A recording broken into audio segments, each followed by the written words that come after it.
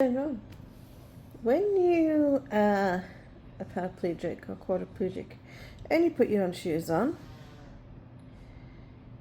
please make sure you don't over tighten your shoes. Now this is a foot warning. Please be aware. I am about to show my feet and I do have a cut because on my big toe because I was laying my foot on the floor and I didn't realize it. So I do have a cut from that. It was from my house, so I cut it somewhere on my wooden floor. Only the living room has got the real wood, and in my kitchen has got fake laminate wood. Gee whiz, I can't speak since I came back from the diabetic clinic with my son Henry. I did a video previously, not yet posted it, and I was wearing my black hat. So I'm going to show you. Please be careful when you do your shoes. I was feeling sick and my husband bought me something to eat on my own, thinking I was hungry, but no. This is what happened. If I can. No, it's not. It's just taking photographs of it. So I'm going to go down here. Please be careful, because that's what your foot turns out like. Did you see that? Where it was blue and it's got the marks of my tennis shoe, which my tennis shoe is this. So I don't know if this is same or not. I don't normally tighten them that tight, but I guess because I was in a rush this morning, I over tightened everything. No, that's not too bad. If you can see it, that's not too bad. So it was my right foot that was making me feel sick, because my body doesn't know when it's sick or anything, or when it's in pain, so it'll make me feel like sickness or something. So yeah, that's what just happened. And this is going to go on my paraplegic page. I'm rubbing my foot right now because I don't know.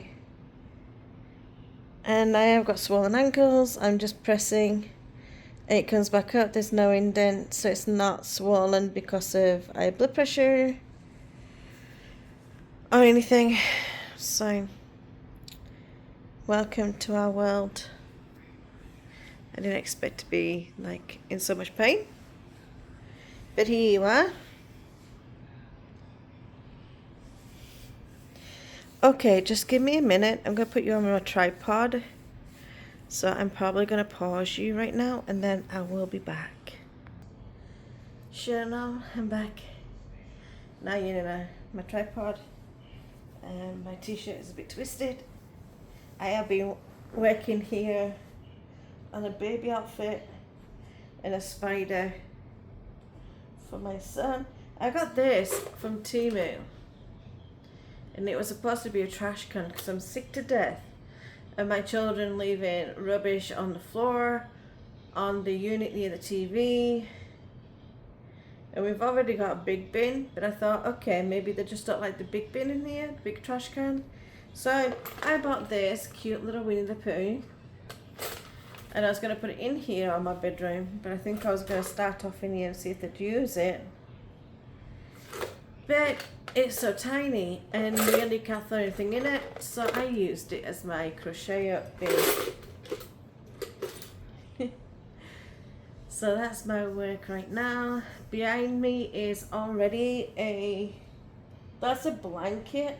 It's corner to corner blanket that I'm still working on, but I haven't touched it in a while. But that's a finished jacket, and this is Uriel's. And we took it off at the beginning of summer, and that's where it ended up at. And then that paperwork is for Henry to be able to use a clinic in his school. all the joys of it all. So I don't know if you're going to see me on the side, like I'm looking like that, or not, but it is what it is, right? Right now, I'm tired. I didn't sleep well last night. I have got so much nerve pain, and the pain in my legs and feet feel like fire ants are eating the heck out of my feet and my legs. So today I know where my legs are. Of course I already know where they are, but I don't feel them. So today the only way I'm feeling them is because of the ants, or the feeling of the ants, you know.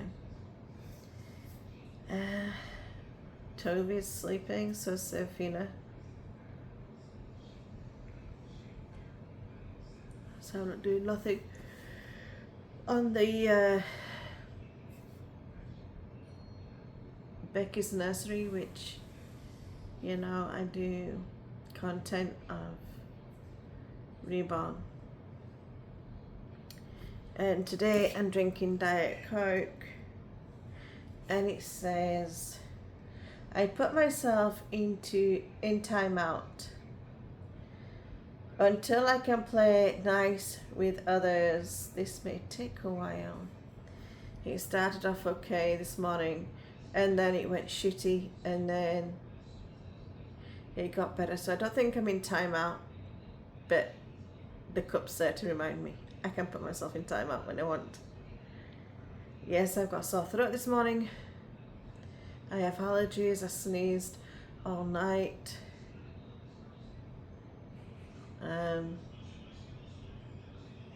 Yeah, I get allergies round about now anyway. This is when it kicks in because the temperature's up and down now.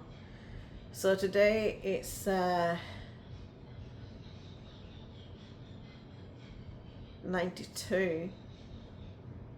Tomorrow's like 89, and the overnight is 68.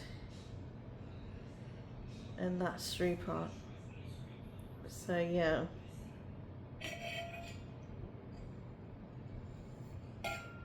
And I'm still drinking it. I know people say don't drink Diet Coke because of the potassium in it. But when you've got diabetics around you and you are borderline diabetic yourself, it's best not to push your luck with regular Cokes, regular anything. So I have gone down the rabbit hole of drinking Diet Cokes, plus my nerve pain's got nothing to do with what I drink. It doesn't get better if I drink regular Coke. It doesn't get better if I drink decaf or regular coffee, which I don't like decaf that well. But I've been told by my doctor, oh, it helps if you don't drink regular coffee with your blood pressure, you drink decaf. Well, I've been trying to go down the rabbit hole of a decaf, and up here I stay down that hole. And it's like drinking mud. Yuck. I don't like it. So I said, if I can't drink regular coffee, I might as well go on the bandwagon and never drink the coffee. But she also said, well, don't drink tea. Hot tea, anything. But you can drink green tea or chamomile tea. Well, chamomile tea is fine, but I'll be asleep. Because I can take one pill of melatonin and I'm out. I might only sleep 5 hours, but hey, I've got 5 hours sleep, no feelings. But I forget to turn over every 2 hours. My clock on my phone is constantly set to go off every 3 hours during the night, every 2 hours during the night, and every 3 hours during the day for catheterizing. I tried to do my morning program this morning, but because I was feeling dizzy, I couldn't do the morning program. So I came home from the clinic, threw my hat on the sofa, which is right here. This is the hat I was wearing, and that's what's in my other video. And I flung it down and I thought, yeah, it was not feeling too bad. Let's go try and do morning routine this afternoon. Well, that did not turn very well because I ate a hamburger on the way home, and I'm allergic to red meat, so of course I've tore up my stomach. Now I'm going to be tore up for 2 to 3 days, and then I don't eat red meat again until I really need to eat red meat, which I really needed to eat red meat today. I hadn't eaten it in months. So I know when I need the protein of red meat, and I take the Dolge and I eat it. My husband said I'm gaining weight by using the protein shakes, even the ones that's got no sugar, either sugar in it. He said I'm gaining weight on it, so he's told me I'm not allowed to get no more protein shakes, which were helping me with a lot of protein, so I didn't have to dive in at first into red meats. I eat fish, I eat lamb, chicken, turkey, and duck. But duck's every now and then because I don't really like the taste of it, but I eat it if my husband wants me to cook it. But I'll eat it. It's dark meat, which I like dark meat. I will not eat much of the body of a chicken. I will eat the chicken leg, chicken wing. And there's this guy that does these big, huge chicken legs, and I go to him and I now and then buy chicken wings or chicken legs off him. His chicken wings are nice, but they're more expensive than his chicken legs, so I tend to leave that alone. And what else? My son's at school, Henry's at home for the day. We're going to take him back into school after eating a burger. But hold on. Yeah. Okay. I don't know where the hell it is. You had it.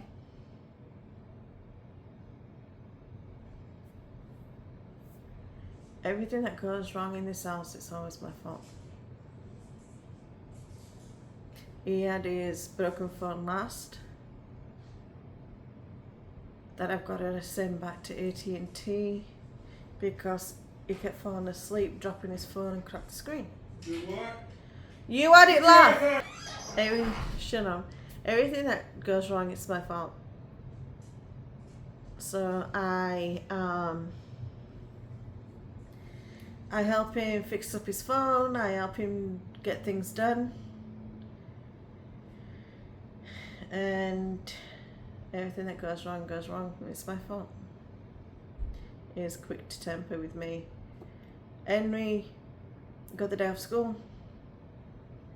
and I read the sick note, and I took it to school, and they said, "I'm sorry, but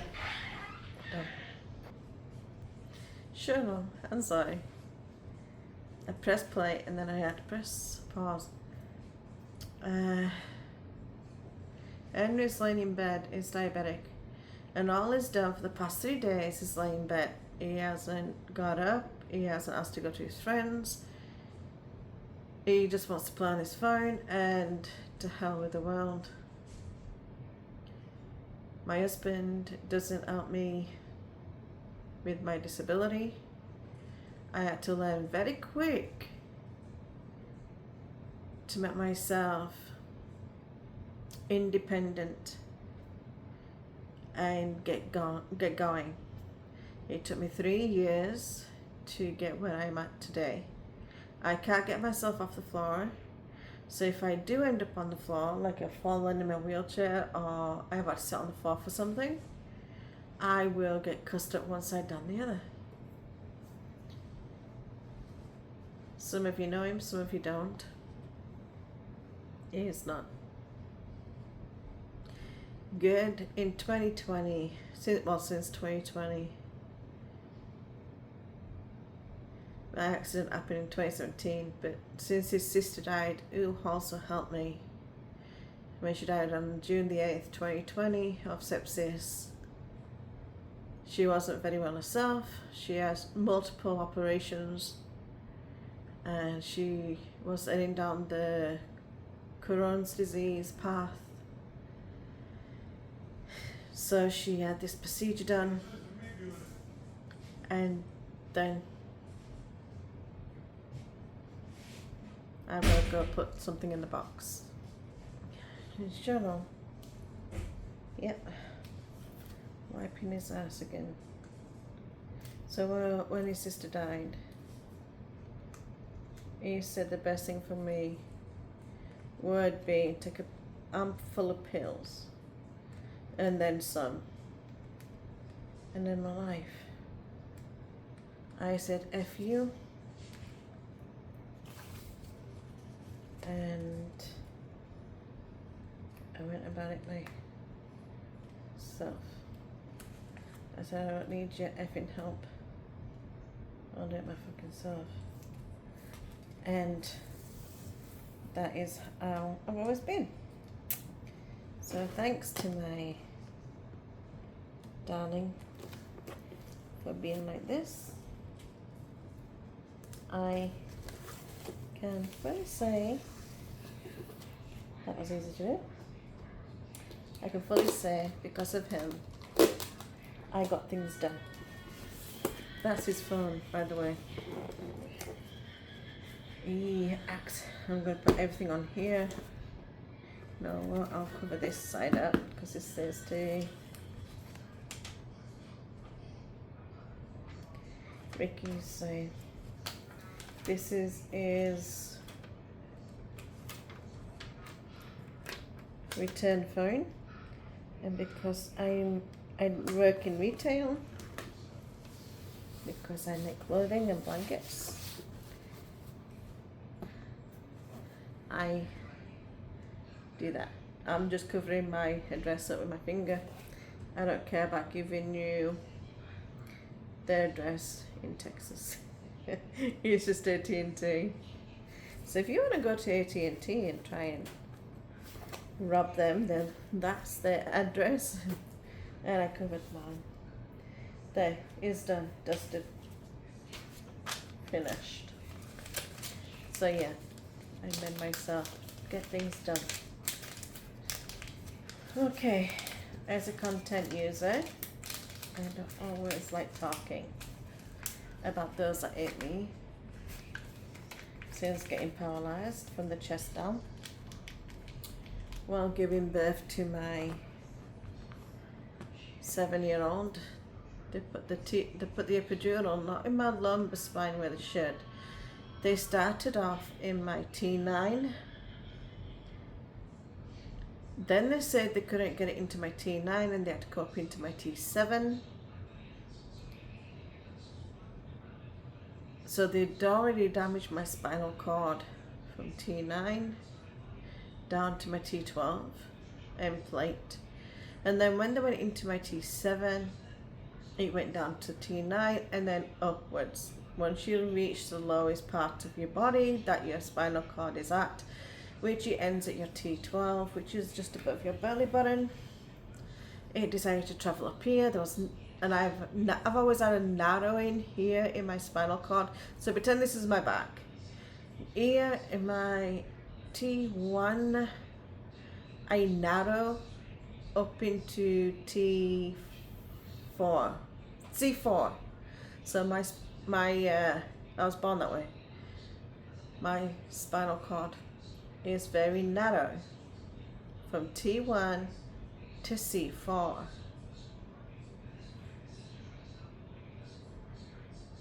So it burst, not fully complete, but it burst my spinal cord at T2, which is here, and I feel nothing below. And I mean absolutely nothing. The only thing I feel is nerve pain. Sometimes I'm grateful for that nerve pain because I can actually fake feel. It's not really feeling, it's a fake feel. You know, when you've had a limb cut off, your mind still tells you, because you've got this one, like left or your right leg's been taken off, the other leg that's remaining, your body thinks that the other one is. So if you hit your right leg, or whatever leg you've got, it will make you think, like say I lost my left leg, it'll make you think that your left leg is still attached to you. That's what it's like for us, paraplegics and quadriplegics, maybe. Like, it's a phantom feel. All you feel is pain and nerve pain, and it also lets you know where your extremities are. So I feel my hips, I feel my butt, my legs and feet when ants are running up and down. Then I feel pain, burning pain at T7.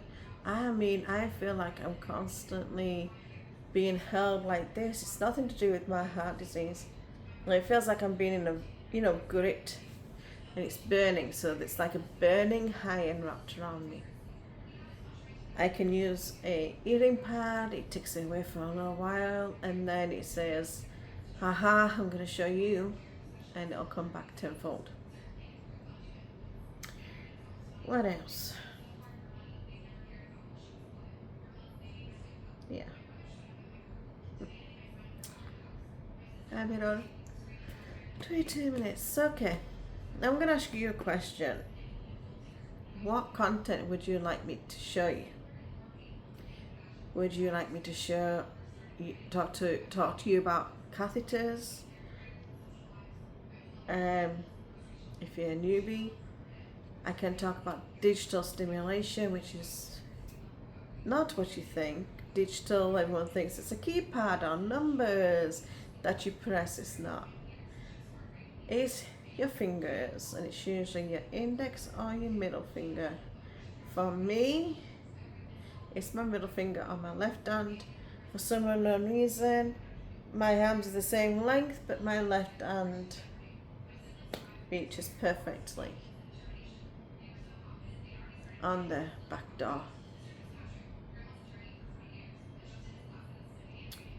I don't wear a catheter. I have not had the pubic done because I've read so many reviews of people who's had the pubic catheter done, and they have got really sick, or they've got more UTIs, which I've just got over a UTI and I don't want to get another one. So we're prone to it anyway because we use foreign objects to pee from. I call it peeing from a straw because it's like a blooming straw.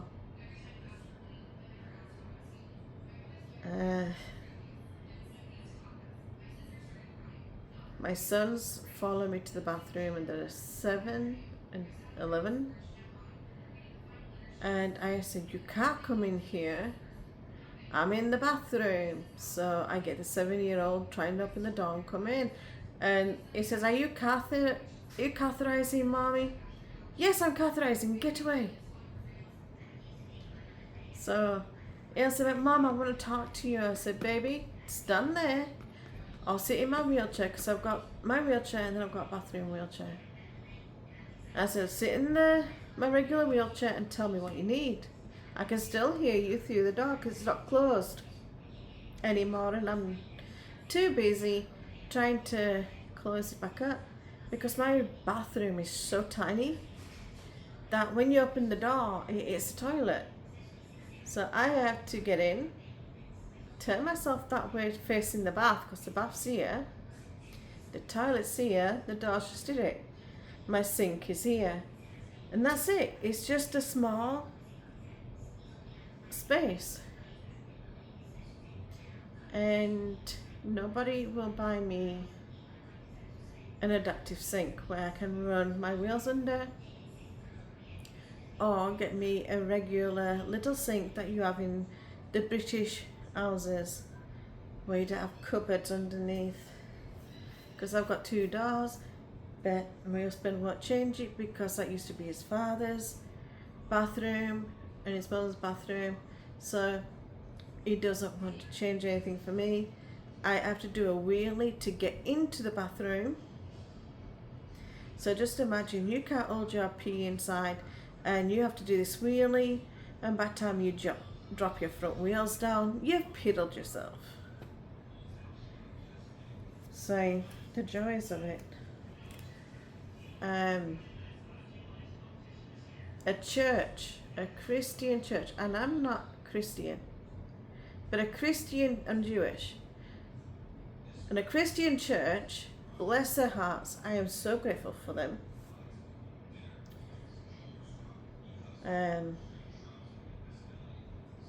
It's a Baptist church to be exact, but they're still Christian. They fitted my ramp. They're going around every house, and they said, can you fall? Are you in a wheelchair? And they saw me in my wheelchair and they said, can you walk? I said, no. How do you get down the stairs then? I said, I put myself on the floor. I scrape my bum, I'll bump my bum down 5 steps. And the pastor were with him and he said, explain that. So I said, since you're at my door, all I need you to do is go back down the stairs, stand at the bottom, but don't stand too close because you might get hit with my wheelchair. And they said, what do you do? Throw it down the steps? I said, no, I bounce it down like you would a stroller with a baby in it. You gently bounce it down the steps. So here I am, sitting on my bum. I kind of, after there was a platform, and there's always been a platform from the door, and I bounced down the stairs after I got over the platform, which, yeah, sometimes you do scrape your bum and you put holes in your pants. I've had many. So I bounce, scoot, bounce and scoot. So it was bouncing the chair down as well as was scooting. So every time when I came to the step, the wheelchair was already on the 3rd step. And I scooted down onto the next step down, bounced it down, scooted onto the next and bounced it onto the level. And then without falling forward, I'd hold the wheelchair from the middle, not on the handle, on the middle, and I'd bounced onto the 3rd step. Then I'd grab the back of the wheelchair, turn it sideways, then grab the side, turn it to where it's facing me then. So I do the turn, and then I've slant it going that way a little bit. So this is my seat. So I bounced on every step. So I'm on step 3. No, step 2. Step 4. Because I don't go down onto the step 5. Because if I go onto step 5, I can't get into the wheelchair because it's bumping up. So step 2 was almost level with my wheelchair. And I transferred myself into that wheelchair. Then I get my feet on the foot plates and I lift my body up and bump back into my wheelchair and I'm in it. So I said, that's how I get down. And they said, how do you get in? I said, reverse it. So you transfer onto step, bump up, then you start pulling your wheelchair up without trying to fall forward, because I've lost this part. This is all I got. And I've been working out, so yes, I've got bigger arms than I did before I got my rump in. And I worked out to get the muscles in my arms enough where I can put myself up and pull the wheelchair. So the handles were basically just touching the floor. So I was bumping and pulling and pulling. And I've lost weight. I was fatter than this. I was basically out here, so I've lost 2 dress sizes. I want to lose a lot more. I have a goal and I'm going to try and get to it. So, yeah. Then I bumped myself up and they said, do you have money to do this? Are you on any benefits? I said, I'm not on no benefit. They said, did you sue the hospital? I said, no, I did not sue the hospital because the doctor that did it, that was his last day. He left and went somewhere else. Of course, it's a training hospital. Like all hospitals these days are now training. Willis Knighton, that I did not go to, are classed as a training hospital. And so was LSU, and I went to the LSU. I know people saying, are you serious you're using LSU? Well, when you don't have any coverage because you can't get it, because you make too much, then yeah, I can't do it. And at that point, I wasn't making too much. I did have my business, but it was very slow. Still very slow, to be honest with you. And I said, I can't afford a rump, so this is my life. And they said, that's ridiculous. They said, I know this sounds wrong, but what does it look like? Oh, I've got a spam call. So I'm crossing it out. I know I should answer it and see who's really calling, but when it's spam calls, it's people wanting to get money off me to broadcast my business, like Google. They want $500 and they said they will put my name fully out there. And I'm like, heck no. Because I am on Google. I am on Facebook. And yeah, I'm going to get a bit of pain in my hips. It's burning right now. And that's why I'm tired. I need sleep. So the pastor said, that's ridiculous. He says, can I ask what your clothing looks like? And I said, well, right now, if I rolled over, you'd see a little hole that big in my pants right now, because I've just snagged something and I can tell you I'm sure it's a hole. And he said, it says, okay, I'm not going to tell you, turn over. And he said, I would like you to be one of these people that we do a ramp for. We take photos, you take photos, you post it on YouTube, on Facebook, on your Instagram, or your TikTok. And I said, I don't have TikTok and I will never touch TikTok. I don't like TikTok. It's really weird, because I did join TikTok and then I was getting these, well, I call it prostitutes, the pornography girls, sending naked pictures of themselves and asking if I want to play. And I was like, what the heck?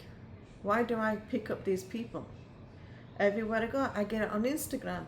People are sending sexual things to me and I report it, but don't get nothing done. Like, come on, I'm already private. My account's already private because I've took my business off it. So yeah, it's annoying. So he did my ramp for me and I posted the pictures and I got them a lot of reviews because I had I've had a few accounts deleted since 2023. The moment people find out you're Jewish, then you get a lot of flank. And I'm one of these that don't talk about war, don't do anything. I might post something by saying, you really want to see starvation? Look at Yemen. Look at hostages. Because Syria, is it Syria? This spam thing's calling. I'm gonna let it go. Hold on. I probably might lose you. Be a part 2.